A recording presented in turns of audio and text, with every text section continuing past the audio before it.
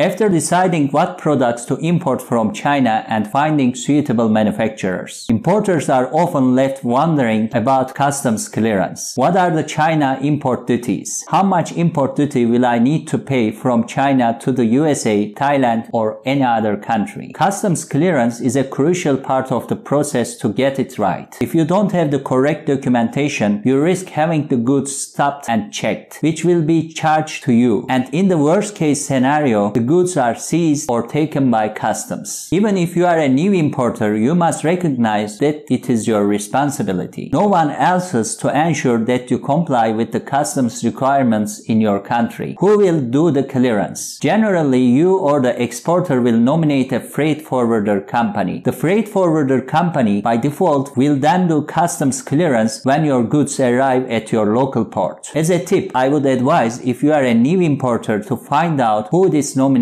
freight forwarder company is, and you will check with them for any specific legal requirements before goods are shipped. Paperwork. In general, when your shipment arrives in the country, you will need to get a bill of lading, packing list, and commercial invoice from your Chinese exporter. All companies and individuals importing from China must present those documents to your freight forwarder company or customs clearance broker. Those documents will clear customs and arrange for your goods to be delivered to you. I will share a brief version of these documents and their importance from a customs point of view. Bill of lading, also known as BL. Traditionally, this is a document provided by the actual shipping line. It is confirmation that this consignment is on board the vessel. Traditionally, the document was signed by the ship's captain to confirm that your goods are on the boat. The bill of lading acts as the title to the legal owner of the goods. On the bill of lading, there is a shipper and a consignee. The bill of lading also states information about the goods imported from China, like the weight, cubic meter volume, and export and import port. Finally, in simple terms, a bill of lading has two statuses. A bill of lading is either surrenderant or not surrenderant. Once the shipper has collected all the money from the consignee, at that point they will contact the shipping line and release the bill of lading. If the bill of lading is not surrenderant, the goods cannot be cleared through customs. It is done so that the consignee can pay a deposit on goods but not have to pay the balance of goods until they have confirmation from the shipping line that they are on board the boat. Packing list. The packing list tells customs what you have imported, what products, what quantities, and how many boxes. Customs have right to cross-check this information with the information on the bill of lading and the commercial invoice. Suppose there are any discrepancies between any of these documents. In that case, you are going to raise a red flag with customs that something is wrong. Commercial invoice. A commercial invoice is critical from a customs and tax perspective. Importing goods into your country will generally be subjected to tax and duties. Your imported goods will be taxed based on the value of the commercial invoice. You present it to your customs broker, who uses this value to declare values to customs. For example, if your import goods are valued at $10,000 FOB value, you paid $1,000 for freight. The value added tax is 10% and the duty on your product is 5%. Typically, the calculation will look like this. Okay, my friends, I hope you enjoyed and learned some from this video. Not to mention, if you got to this part of the video, let me know by saying import from China in the comment section, because I want to turn things around for you. Do not forget to check out and join my channel's join features. You can support me, learn new things about the import-export business, and enjoy the privileges. Please do not forget to subscribe to my channel, hit the like button, and share it with your friends and on your social media. If you would like to learn more about international business and marketing, you should watch two videos that will be here a bit later. I appreciate you guys. I will see you in the next video. Take care. Bye bye.